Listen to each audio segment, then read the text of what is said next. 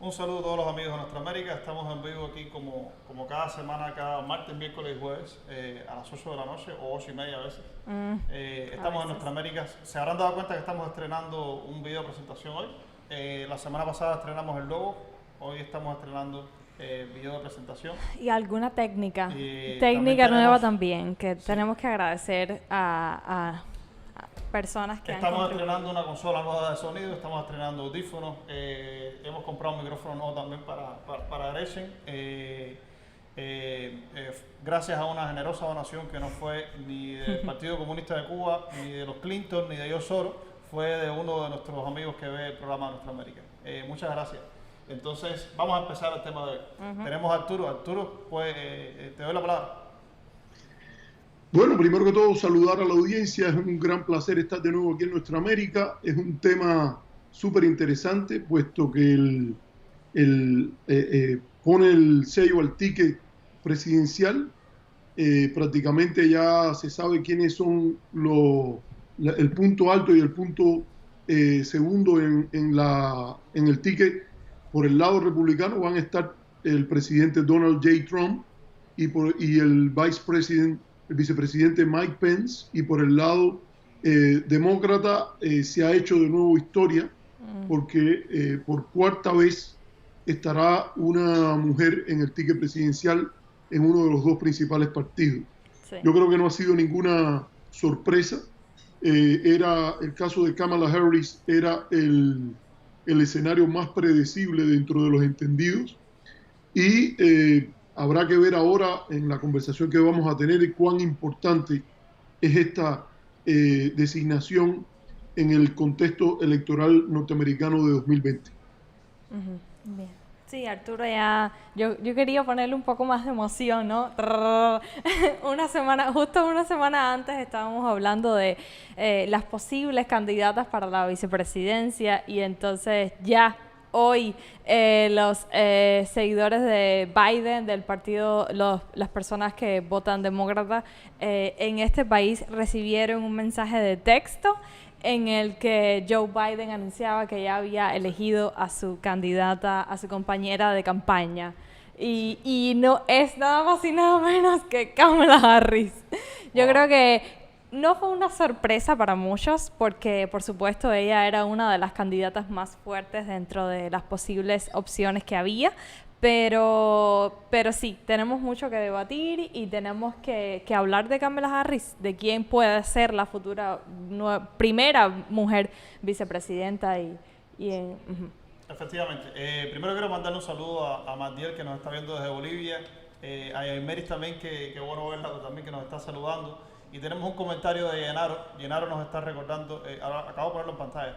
Nos recuerda Llenaro que hace unos días él nos dijo que Obama decidiría quién sería la vicepresidenta, y hoy no le queda la menor duda que fue Obama el que decidió. Yo creo que eso es una afirmación bastante arriesgada, decir que eso lo seleccionó Obama. Creo que incluso Arturo va a dar algunos elementos hoy, quizás nosotros también podemos dar algunos elementos sobre cuál fue la base del análisis de Biden a la hora de hacer esa selección. A mí en lo personal no me queda la menor duda que eso es una selección de Joe Biden. Pero bueno, vamos a estar hablando entonces sobre eso ahora aquí en el programa. Ya salió Trump hablando, ya Trump reaccionó y Fox News se hizo eco, incluso a estas alturas ya los cubanoamericanos de la Florida deben también haber reproducido todo lo que dijo Trump sobre la selección de Kamala Harris. Dice Trump que Kamala es una selección de la izquierda radical para estar en el ticket demócrata. No importa quién hubiera sido la selección de Joe Biden, igual presidente de Estados Unidos iba a decir lo mismo. No importa quién hubiera sido, desde Elizabeth Warren hasta cualquier otro candidato, y ahora con Kamala Harris, quien quiera que hubiera sido la selección, Trump iba a decir que era una persona de izquierda radical, porque es la luz que él quiere poner sobre el Partido Demócrata, como que es un partido de extrema izquierda, cuando en realidad su partido es el que se ha ido a la extrema derecha. Entonces, quiero darle la palabra a Arturo. Arturo. Mira, yo creo que tú por el libro. Es la narrativa que él ha planteado desde el inicio. Se trata de un partido en el cual él primero trató de redefinir a Joe Biden. Joe Biden no es una figura fácil de redefinir, porque Joe Biden está en las elecciones estadounidenses a nivel nacional desde 1972, cuando posiblemente yo estaba nacido, pero yo no sé ni siquiera si ustedes dos estaban nacidos. O sea, Joe Biden es una figura, un producto conocido. No hay manera de volver a inventar a Joe Biden. Joe Biden fue amigo en la política hasta de Strom Thurmond, que si alguien puede estar a la derecha de Genghis Khan en política norteamericana y trabajar con alguien que está a la derecha de Genghis Khan, es Joe Biden, que trabajó hasta con Strom Thurmond, que el famoso senador racista que corrió en las elecciones en las elecciones de 1948, creo que fue, o un poco más tarde. Trabajó en el Comité de Relaciones Exteriores con Jesse Helms, llegaron incluso a promover legislación propia, porque eso era el estilo de la manera que funcionaba el Congreso en Estados Unidos, que trata de tener una visión más allá de los partidos a veces y promover, por ejemplo, intereses regionales, intereses de grupo, de las llamadas naciones que conforman a los Estados Unidos. Ahora, lo interesante aquí, y yo en eso sí voy a discrepar con el señor Sotelo, que ya nos puso una información, es que yo creo que el que ha tomado la decisión es él, y yo apostaría, no puedo decirlo con seguridad porque yo no soy parte de la campaña de Biden, pero yo apostaría que desde hace 2 o 3 semanas, desde que se empezaron a girar y a mencionar figuras dentro de la izquierda, incluso del caucus African American, en la lista corta de Biden, ya a mí me parece que la decisión había sido tomada. Yo creo que la candidata Harris no es tampoco tan nueva. Es una persona joven, que representa otra generación dentro del Partido Demócrata, pero ya una vez que se fueron cortando las opciones, primero era una mujer. Ahí cuando se hizo una mujer, yo dije, a mí me pareció que habían otras candidatas que posiblemente tendrían mayor atractivo desde la matemática del colegio electoral. Y eso lo hemos dicho en par de programas anteriores. Ahora, una vez que se estrecha el espectro a una mujer afroamericana, yo creo que sí, ahí Kamala Harris se disparaba y estaba muy por encima de todas las demás. Y aunque yo creo que, por ejemplo, Karen Bass es una persona decente, una persona que viene de la izquierda del partido, no llegaba al nivel de, primero era una representante, no ha tenido la experiencia ejecutiva que ha tenido Kamala Harris como District Attorney, como fiscal de distrito y después como fiscal, por cierto, fiscal de distrito de aquí del distrito donde yo vivo, que es el Alameda County. Y después que es una senadora. Ya desde 2017, cuando Harris fue electa al Senado, se empezó a hablar de ella como la nueva Barack Obama. Fue muy interesante que Willie Brown, que es uno de los grandes políticos de California, dijo que Kamala Harris sabía mucho más que eso y que ella sabía que los periódicos ponían esos titulares para vender y que no se le iba a ir eso a la cabeza. Aquí habría que decir también, y aquí te lo dejo, es que Harris corrió para presidente. Su récord no fue particularmente destacado, pero ya también es un producto conocido y me parece que va a ser difícil definirla como en esa narrativa de la izquierda del partido que controla al ala más moderada, porque ella ni siquiera se ubica en ese sector. Uh-huh.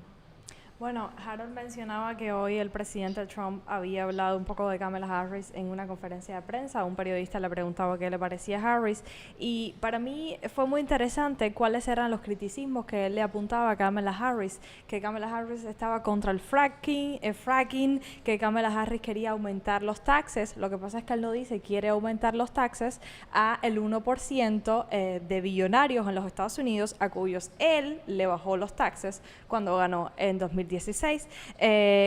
También recortar el presupuesto militar. O sea, Estados Unidos tiene son 3 trillones de dólares. O sea, es escandaloso el presupuesto militar. Es demasiado grande el presupuesto militar que tienen los Estados Unidos. Estaba a favor de socializar la medicina. Trump le decía, a favor de socializar la medicina. O sea, de crear más sistemas de seguro de salud que sean también controlados de alguna forma o subsidiados o por el Estado, por los estados. Entonces, yo también quiero, y yo creo que es importante que nosotros hablemos de quién es Kamala Harris y de dónde sale ella. Kamala Harris es ella creo que nace en Oakland, en California, y luego se cría en Berkeley, y es la hija de una india con creo que un afroamericano. Entonces, ella fue con 38 años, muy joven, y la primera mujer afroamericana en ser, Arturo ya lo decía, District Attorney de San Francisco, y luego también se convierte en Attorney General, fiscal general de California. Fiscal general de California. Entonces, ella fue la creadora de un programa muy interesante cuando estaba en San Francisco que se llamaba Back on Track, que era básicamente darle una oportunidad a aquellas personas que eran enjuiciadas en primera vez, como en primer término, por vender drogas. Claro, dependiendo de la cantidad. Si tú vendías un poco y no eras un traficante a gran escala de drogas, pues era un programa que le daba una segunda oportunidad, los inyectaba en trabajos sociales, trabajos comunitarios, y entonces tenía un periodo de seguimiento, y básicamente pues no ibas a la cárcel, sino que eras de alguna forma reinsertado. ¿En qué año fue el Back on Track? Ella tenía algo así como 40 años, o sea, debe haber sido... Kamala Harris tiene ahora 55 años. Sí, Kamala, yo creo que también esto es interesante porque Joe Biden creo que fue un tweet, él decía: yo quiero a una compañera de campaña que sea una persona que desde el día 1 esté preparada para asumir la presidencia, ya que, como habíamos mencionado la semana pasada, este es un candidato, Joe Biden, con 78 años, y Kamala Harris tiene 55, o sea que es una persona relativamente joven en la política también, pero como bien Arturo decía, con un amplio historial de correr para posiciones importantes dentro de California y para el Senado. Sí, a ver, yo quiero empezar por Biden, no por Kamala. A ver, Biden desde la primavera del año pasado ya había dicho le había dicho a las personas más cercanas que él tiene que él quería una mujer en el ticket con él. Es decir, nosotros nos enteramos después, pero él ya se lo había dicho a la gente que él tenía cerca desde entonces, ¿no? Él sabía que después de todo el movimiento que hubo los últimos meses de lucha por derechos civiles y contra la violencia policial y contra el racismo en Estados Unidos, si no escogía una mujer negra en el ticket, eso le iba a costar políticamente. ¿Tú crees? Yo creo que él lo sabía. Él sabía que si él no cogía una mujer negra afroamericana, eso le iba a costar, y al hacerlo, él tenía que tomar una decisión entonces en ese sentido. Pero ahí entonces las posibilidades, por ejemplo, de Elizabeth Warren fueron disminuyendo, las posibilidades de otras fueron disminuyendo, ¿sí?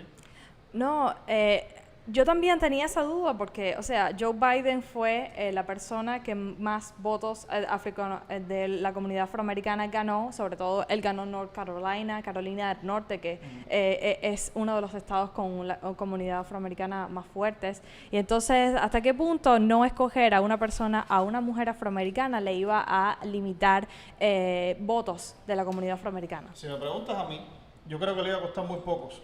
Sí, Arturo. Que la elección de Kamala Harris representa una expresión del poder de los grupos African American dentro del partido. Yo creo que, como ustedes mismos han apuntado, la coyuntura explica en gran medida el hecho de que Kamala Harris sea la escogida, porque en el contexto de la bronca racial, prácticamente Amy Klobuchar, que era una favorita por mucho y que tuvo mejor performance, mejor desempeño que Kamala Harris en la elección, se vio muy golpeada. Y en el caso de Warren tiene que ver más que todo con su posición en el espectro ideológico del partido. Ahora, Biden debe en gran medida el haber sido el candidato tan rápidamente a el apoyo que tuvo del voto afroamericano en South Carolina, y particularmente a James Clyburn, que es el afroamericano más importante en el liderazgo de la Cámara. A esto habría que agregar que Clyburn pidió, hay que decir esto, hay cosas que si no se piden no tienen tanto efecto político, pero cuando James Clyburn dijo que él pensaba que debía ser una mujer afroamericana, y en el contexto de de lo que estaba pasando, yo creo que Harold tiene razón en cuando él dice que hubiese sido como un portazo.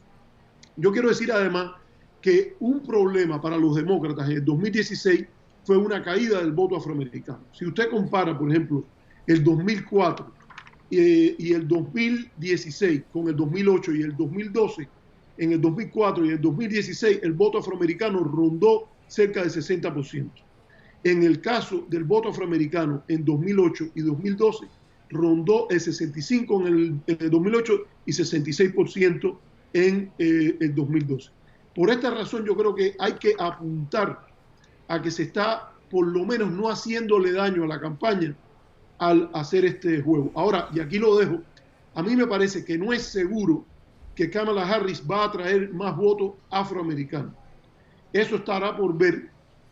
Lo que pasó en el 2008 y en el 2012 puede ser excepcional, y en la primaria vamos a recordar que la mayoría de los afrodescendientes jóvenes votaron por Bernie Sanders y la mayoría de los afrodescendientes mayores de 50 votaron por Joe Biden. Nunca estuvieron votando mayoritariamente por Kamala Harris. Sí, Arturo.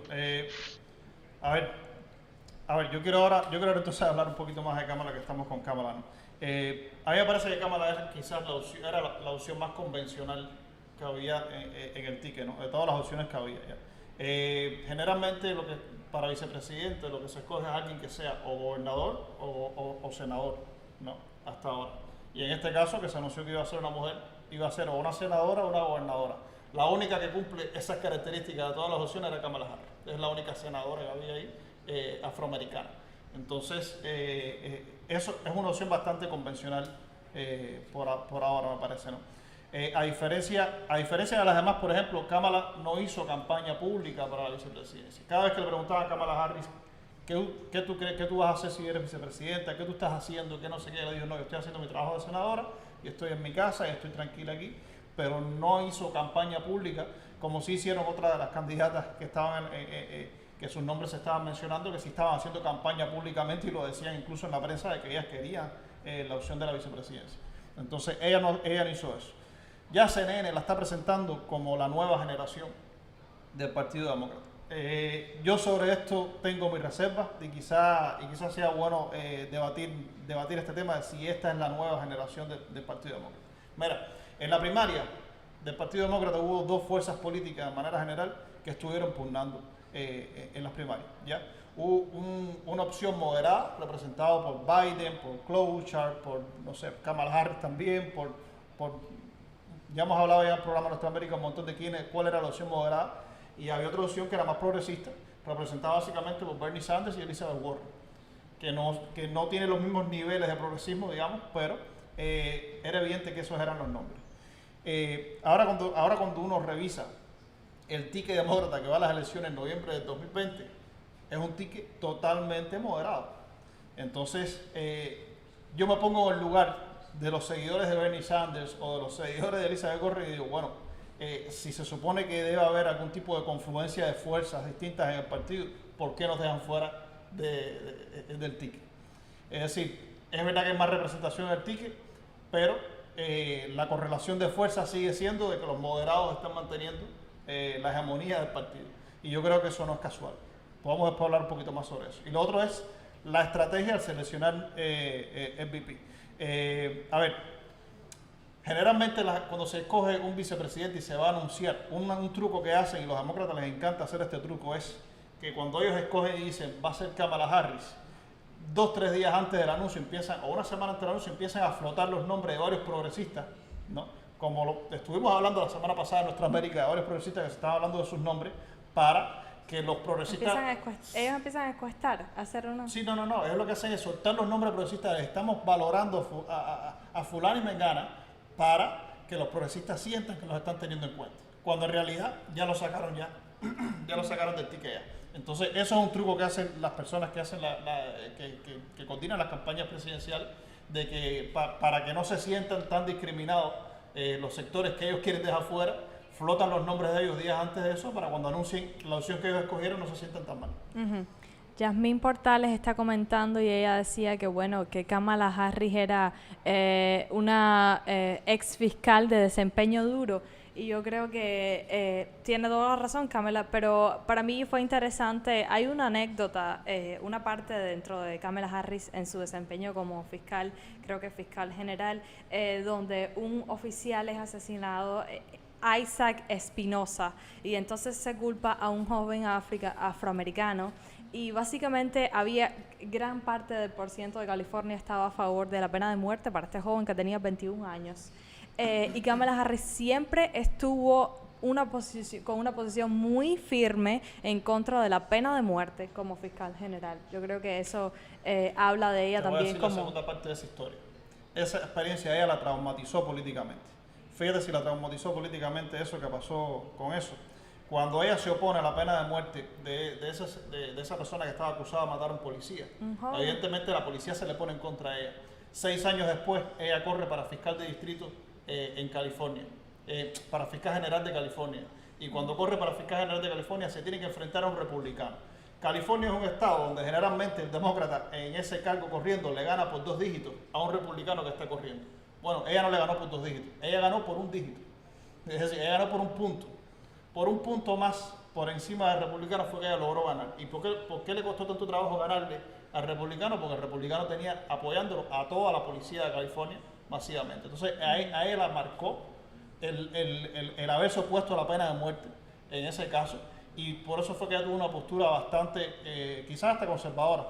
Quizás la palabra no es conservadora, quizás fue más reservada. Ella a partir de entonces trató de evitar todos los casos que involucraran a la policía o cosas con violencia policial, trató de evitarlo, porque si algo es Kamala Harris es que es muy pragmática.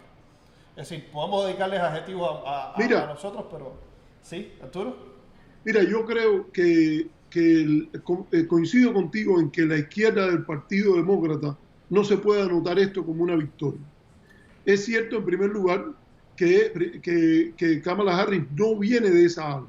Ahora, a la vez, es importante que se note que ella está a la izquierda del vicepresidente Biden y que viene con los valores de una nueva generación que tiende a ser más abierta en cuanto a diversidad.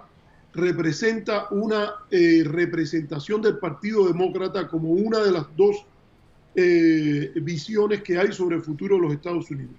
Es una visión que está muy cargada en términos de múltiples actores. Ella hace historia, que no sé, además de ser la 4ª mujer en un ticket presidencial, es la primera Asian American. Hay que contar el número de personas de origen asiático en Estados Unidos, es sustancial.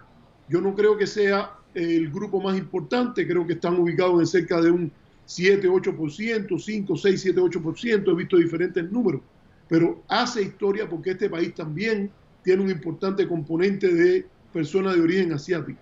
El hecho de que sea la primera mujer afroamericana le sigue dando agua a causas de la izquierda que tienen que ver con la representación.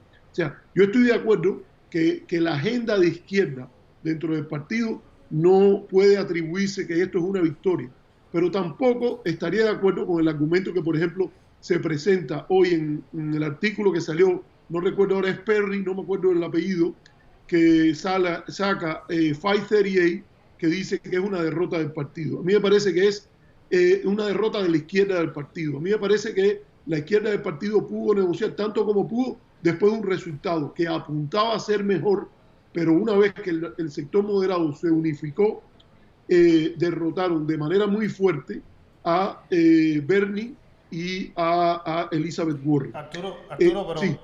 Para ver, también se podría, es decir, yo compartí en Facebook, quizás tú lo viste, un comentario sobre la selección de Kamala, y lo que decía básicamente era de que evidentemente después de 8 años de Obama, es decir, Obama es un presidente afroamericano, después de 8 años de Obama, es verdad que las mujeres necesitaban más representación. Hillary se promovió a presidencia, así fue candidata a la presidencia, es decir, habían avances en cuanto a representación para la comunidad afroamericana, para las mujeres en Estados Unidos. No se había logrado ganar realmente, sí, hay muchas deudas con eso, pero habían avances sobre eso. Sobre lo que no hay avance es sobre las demandas del sector más progresista del Partido Demócrata. En eso sí no hay avance. Y no hubo concertación en este caso. Harold, pero aquí te quería decir algo. Ella es una persona que viene en cierta medida de la izquierda de Biden. Ella estuvo primero de acuerdo con el plan de Medicare para todos, que es el plano de la salud es muy importante a medir. Ella después cambió, y yo creo que ella cambia por ese enfoque pragmático que ella tiene, que ella sí tiene. Es una mujer con un cable siempre en la elección y en los surveys, y se dio cuenta que la posición que originalmente dentro del Partido Demócrata tendía a dominar, empezó a hacer agua con los ataques sobre un aumento de impuestos que empezaron a montar el sector moderado. Entonces, por eso es que me parece que es importante tomar en cuenta aquí que ella no exactamente es una persona del sector moderado a pie juntilla.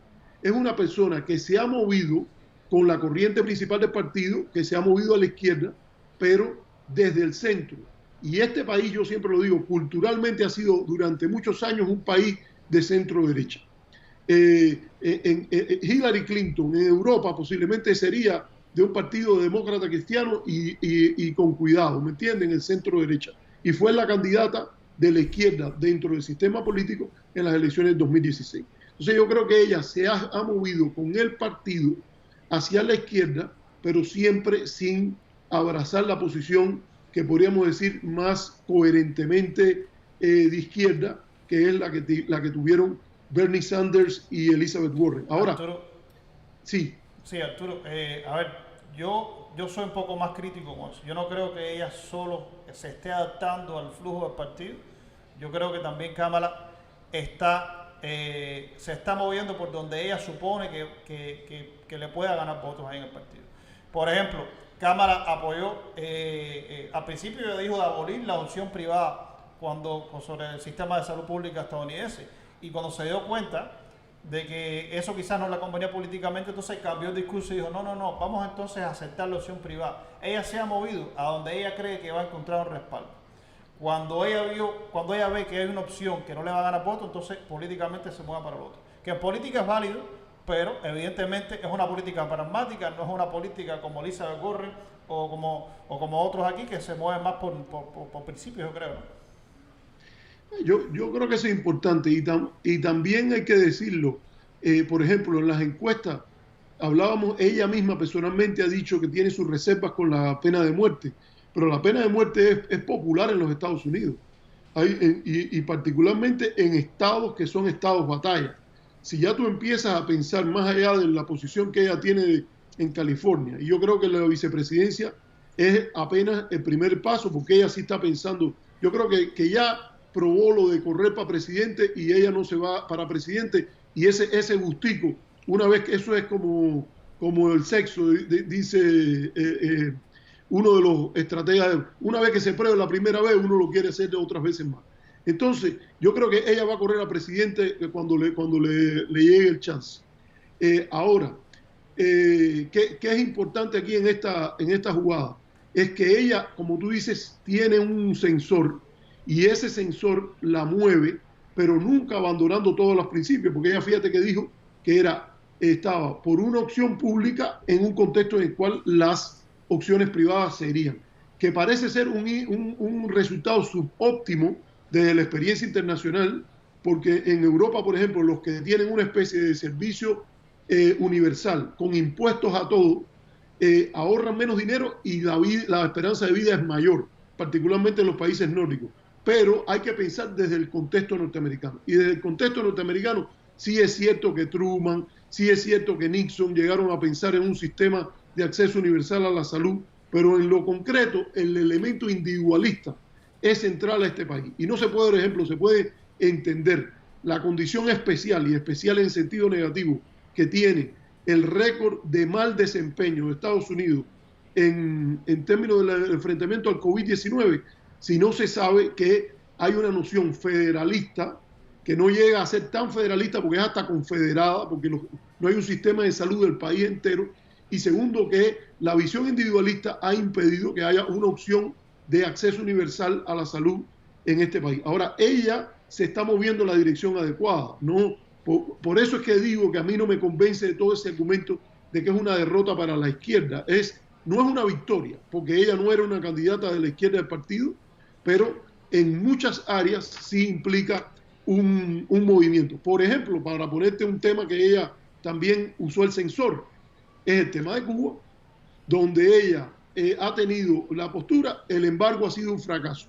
¿Qué viene después del embargo? Ahora no hay que definirlo, porque si te define, vas a tener gente en contra. Entonces, lo que ella dice es lo que en el Partido Demócrata está de acuerdo todos los que corrieron a presidente en este año en la primaria, que lo digo en un artículo que publiqué para el Consejo de Asuntos Hemisféricos hoy, que lo pueden buscar.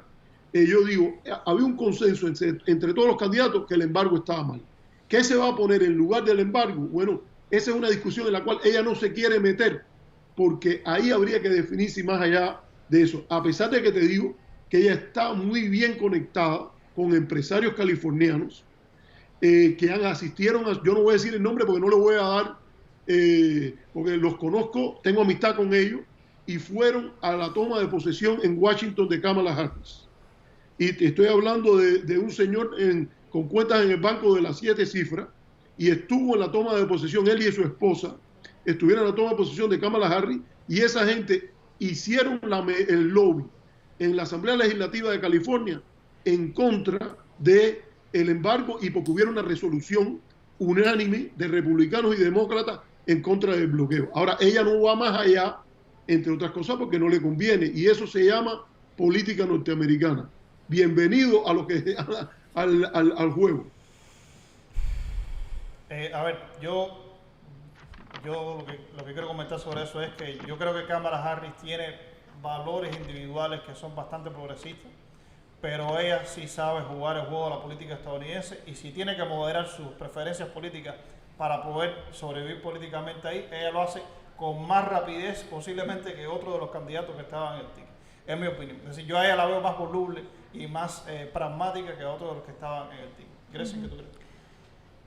No, mi preocupación con Kamala Harris, o sea, ella como vicepresidenta, tiene que ver más con si se enajena con esta selección a los votantes demócratas del Midwest, de toda la parte central de los Estados Unidos, que sienten que tienen a un posible presidente o un candidato presidencial, Joe Biden, que es de Delaware, y entonces tienen a una Kamala Harris que es de California, y entonces las dos costas están representadas, pero ¿dónde queda esa candidato o ese posible candidato que sea capaz de aunar y de recolectar los votantes del Midwest, ¿no? Que esa era perfectamente una Amy Klobuchar, pero bueno, ella dijo que no quería ser la persona que Biden escogiera como VP. A ver, el problema del Midwest sigue existiendo ahí. Yo creo que vamos a seguir hablando de él en la campaña. Es verdad que Kamala no gana esos votos de ahí. Es decir, Kamala no va a ganar ni los votos del Midwest que Klobuchar los hubiera dado, ni va a garantizar los votos del sector más progresista de Bernie Sanders, que no sé, que aquí como Elizabeth Warren sí hubiera ganado quizás. Pero yo creo que lo que está haciendo la campaña de Biden es no arriesgar. Es decir, es apostar a un candidato que ya está aprobado, que tiene reconocimiento a nivel nacional, y no arriesgar con alguien nuevo al que tienen que construirle entonces una imagen. Entonces, no sé qué opina Arturo. Mira, yo creo que hay que ver a qué sectores ella puede movilizar estado por estado. Yo creo que hay estados ahí que son muy fuertes en el lado demócrata, y el peso de la pandemia va a jugar un papel, la pandemia y el mal desempeño que ha tenido el presidente Trump a este respecto. Y el hecho de que hay personas que no van a ver una Hillary Clinton en el ticket, que básicamente ahuyentaba a sectores que hicieron su vida política en el Partido Republicano demonizando a Hillary Clinton. Pero yo creo que hay que ver los datos. Ahora ustedes mencionaron el Midwest y yo empecé a mirar cuáles son los estados en el Midwest que tienen, por ejemplo, un electorado en el cual Harris puede ser importante. Wisconsin tiene un 5% de electorado African American. Una pregunta es, ¿el hecho de ponerla a ella en el ticket como vicepresidenta va a motivar en un estado que tiene un gobernador demócrata a un aluvión de votos afroamericanos en Wisconsin? Puede ser decisivo. Recordemos que Wisconsin se definió en la última elección por cerca de un 1% de los votos del estado. Es un estado batalla. Michigan, ahí hay un voto African American que sí es afrodescendiente, que sí es importante, porque el 13% del electorado en Michigan es African American, afrodescendiente. Entonces, sí puede ser, depende.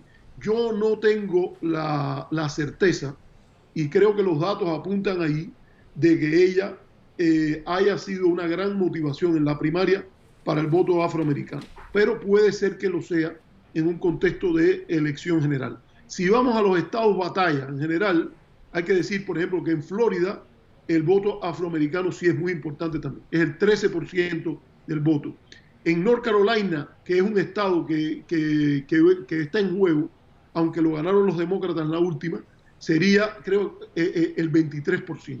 Es el caso, sé el número de memoria porque recordemos que el estudio ese famoso del número de tickets y paradas para tráfico que se hacían en el estado, que se hizo con 20 millones de paradas policiales y que demostraron que había un patrón de discriminación clara en el estado de North Carolina para los afroamericanos, se contrastaba que los afroamericanos eran parados más del 60% cuando ellos eran el 23% del estado y tenían menos carros, menos autos que los blancos del estado y que los latinos. Entonces, ¿qué quiero decir? La elección de Kamala Harris, más que todo, como ha dicho Harold, siguió unos patrones de predictibilidad, lo que es predecible en la teoría y en la discusión que ha habido sobre los vicepresidentes. Los vicepresidentes no ganan elecciones. Los vicepresidentes lo que pueden es costar elecciones. Y lo que yo creo que en última instancia Biden, una vez que se había estrechado el espacio y Klobuchar estaba afuera, Biden, Warren representaba una enajenación total de Wall Street y además no había tenido un buen desempeño porque la campaña de Warren es un ejemplo de correr una mala campaña en el sentido de que ella gastó mucho más dinero de los votos electorales que logró adquirir. Ante esa realidad ya Harris aparecía como la candidata más predecible y la que menos problemas podría traer. Si buscamos selección de vicepresidentes que han creado un impacto en la campaña electoral, eso ha sido 1952, cuando Nixon tuvo el problema con el fondo escondido ese que él tenía y después dijo que el dinero lo devolvería, pero lo único que no podía devolver era el perrito de sus niñas, que lo quería mucho, pero estuvo a punto de perder la campaña porque hasta dicen que Ike le dijo, le mandó un recado con Herbert Brownell que le dijo que a Nixon renuncia, que nos está creando problemas en la campaña. Nixon dijo, yo creo que yo sé algo de política, y se apareció en la prensa y dijo toda la historia del fondo, que él no había cogido un dinero para él, que todo había sido por problemas políticos y que lo único que no iba a devolver era el perrito que le habían regalado como parte de ese fondo a sus hijas. Pero ese es un caso. El caso que hablábamos el otro día, que era el caso de Thomas Eagleton en el 72, que fue un problema.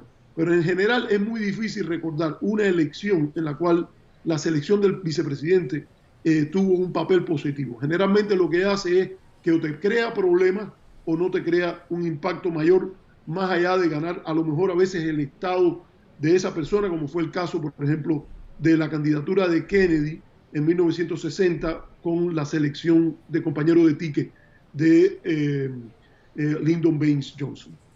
Arturo, a ver, yo estoy de acuerdo contigo, yo voy a decir lo mismo, de que hay cero evidencia de que escoger a un vicepresidente te gane muchos más votos que en otro escenario. Lo que puedes hacer es perderlos. Sobre lo que estábamos comentando antes, yo creo que un factor, sí, ahora te voy a dar la palabra, yo creo que un factor importante sobre esto es que en el Midwest mucha gente no va a votar por los demócratas porque les gustan los demócratas, van a votar por los demócratas porque no les gusta Trump. Es decir, uno de los fenómenos que más ha crecido en Estados Unidos desde el 2016 es lo que le llaman negative partisanship, partidismo negativo, y es que las personas votan no por lo que les gusta, sino por lo que no les gusta. Como no les gusta Trump, entonces que van a apoyar por los demócratas, y entonces el partidismo negativo ese va a tener un rol muy fuerte. Aparentemente es el voto de castigo a Trump y no el voto de apoyo a Biden, o sea. Generalmente las elecciones de medio término son los referéndums sobre los presidentes. Yo creo que la elección del 2020 es otro referéndum sobre la administración Trump también. No. ¿Sí?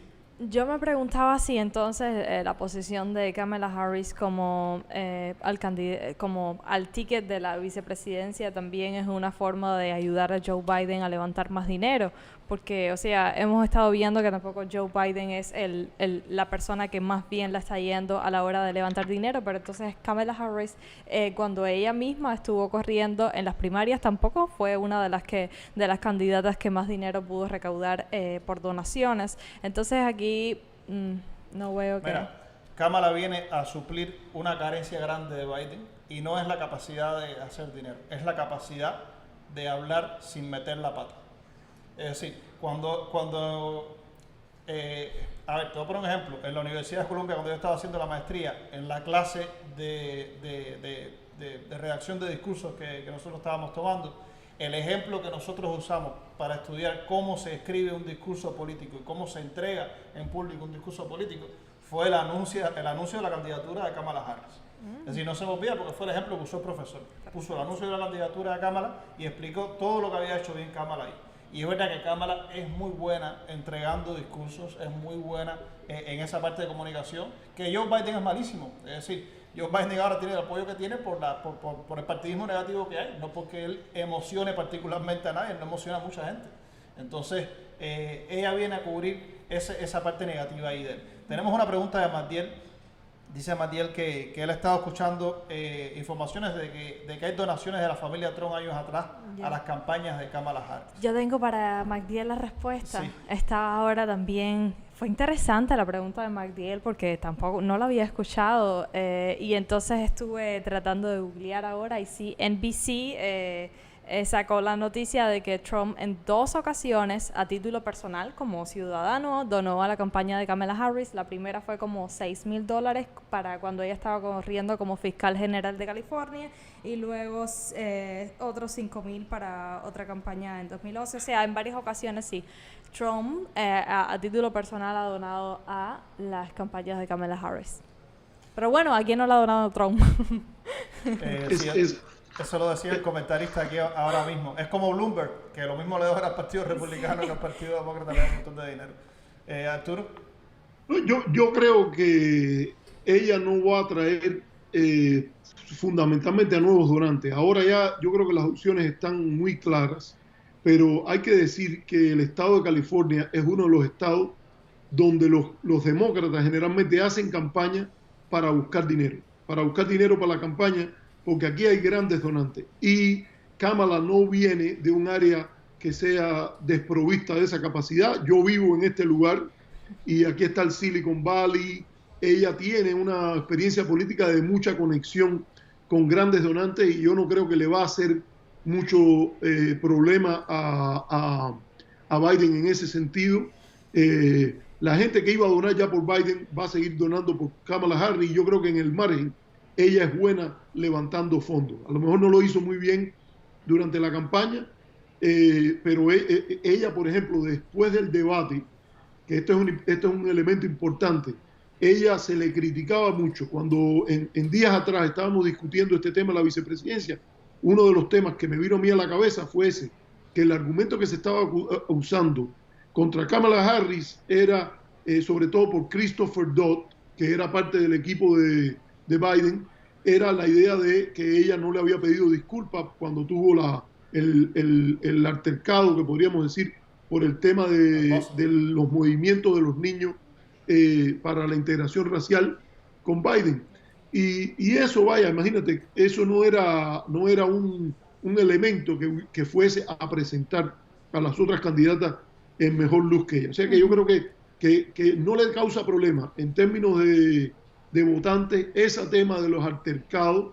Fue muy interesante la vuelta que le dio Biden cuando él la escoge, que él dice que su hijo Bo que fue fiscal general del estado de Delaware cuando Kamala era la fiscal general del estado de California. Él le había hablado muy bien de Kamala Harris. Y el otro es que la figura que anda por detrás, que es Barack Obama, que es una persona que en cierta forma Kamala Harris es de un perfil que es mucho del estilo de Barack Obama y de Michelle Obama, que son cosas que son Michelle Obama, por ejemplo, es una figura muy, muy popular. Empezó un podcast e inmediatamente millones de personas Sí, se le empezaron a suscribir. O sea, yo dudo que muchos republicanos se le vayan suscritos, pero a nivel de partido, particularmente en lo que es, por ejemplo, el electorado femenino, un perfil como ese, de una mujer, como decía Barack Obama, inteligente, capaz, fuerte, yo creo que es parte del nuevo perfil que el Partido Demócrata tiene y que yo creo que va a seguir empujando. Por cierto, fue muy interesante el tweet de Melinda Gates, que es la esposa de Bill Gates, que también tiene mucha popularidad con las mujeres, porque hay que decirlo, cuando uno ve los documentales sobre Bill Gates, su biografía, ha habido una lectura, la gente está leyendo y uno ve que ya no se habla de la mujer que está detrás de mí y me empuja y me soporta, ¿no? Es una persona que está participando en todas las principales decisiones del mundo empresarial y del mundo político que apoyan este tipo de selección. Por cierto, quiero recomendarle a la audiencia que mañana tenemos un programa muy interesante que hemos invitado a Indira Romero de la CEPAL para hablar sobre el tema de la mujer en América Latina. Y hablando de mujeres fuertes, Harold también mencionaba como una de las características de los puntos fuertes de Kamala Harris, que es una persona que sabe entregar discursos, conversar, se le da muy bien presentar políticamente. Y yo pensé que ibas a decir, Gretchen, que Harold también tenía una mujer fuerte. Yo no quiero entrar en eso. Pero recordaba que, o sea, Kamala Harris fue electa al Senado en 2016 y tampoco ha sido una de las senadoras que ha presentado legislaciones, de las que más ha presentado legislaciones, pero sí se le ha dado muy bien la sala de audiencias. Y entre las más famosas fue el interrogatorio que ella sostuvo a, ahora el honorable juez Brett Kavanaugh y entre otras personas. O sea, que es una mujer muy fuerte, de carácter fuerte, que sabe entregar discursos políticos y sabe hablar. Yo te voy a pedir que cuando le hagas una provocación a Gretchen envías tus palabras porque puedo dormir en el sofá fácilmente por esos comentarios. A ver, otra cosa sobre este tema. Yo estaba leyendo el anuncio que hizo Biden de la selección de Kamala y el anuncio se parece tanto a las palabras que tú acabas de mencionar de Obama. Es decir, Obama dice que ella es fuerte, inteligente y no sé qué. En el anuncio de Biden dice 3 adjetivos. Dice lista, fuerte y es decir, es casi una copia. Biden está cogiendo, yo creo, los discursos de jefe y los está copiando. Bueno, ya él tuvo una vez problema. Biden tuvo una vez problema por el discurso de Neil Kinnock, el líder del Partido Laborista, que un ayudante de él copió 2 o 3 frases. Sí, entonces yo creo que, esto es una saga, vamos a seguir hablando de las elecciones, queda mucho de qué hablar, pero creo que es hora de terminar por hoy. Estamos estrenando hoy video de presentación y video de cierre de Nuestra América. Mañana, como dijo Arturo, vamos a estar acá también. Arturo va a hacer esta entrevista que nos comentaba y entonces estaremos el jueves también con Luis Carlos Batista. Estaremos tocando también un tema de América Latina. Muchas gracias por acompañarnos hoy. Saludos. Yo me despido, le doy la palabra a Gretchen. Saludos a las personas que nos están viendo. Gracias a todos los que sintonizaron, los que estuvieron con nosotros en el live. Y por favor, estén saludables, manténganse saludables. Arturo, despide tú. Bueno, solo agregar una mínima cosita, que es que yo creo que también que Kamala Harris le brinda, esta campaña es especial en el sentido de que gran parte de la campaña va a ser en los debates y lo otro va a haber mucha campaña por Zoom, por Skype, por todas esas cosas que yo estoy seguro por mi propia experiencia y ustedes que son más jóvenes a lo mejor no se dan cuenta, pero por ejemplo a mí me ayuda mucho mi esposa con las cuestiones a veces de que ella sabe cómo manejar cada programa y la parte de la imagen en la red y todo eso. Y yo creo que Kamala Harris viene de una generación como la mía, que puede aprender más rápido, de una generación como la de ustedes, que el caso de Biden y los dos hombres maduros, por decirlo, ¿no? De adultos mayores blancos que están en el lado republicano. Quiero despedirme, decirle a la audiencia que no se olvide de compartir el programa. Este es Nuestra América, en el cual abordamos problemas de la América del Norte, de la del Sur, de la continental y de las islas, y que usted lo mejor que puede hacer es que si quiere ayudarnos, comparta el programa con sus amigos, y es siempre buscando un espacio público en el cual podamos discutir de estos temas civilizadamente, nuestras diferencias como latinoamericanos, como latinos en los Estados Unidos, también con la mayor civilidad y sobre todo buscando conocimiento. Hasta la próxima. Chao.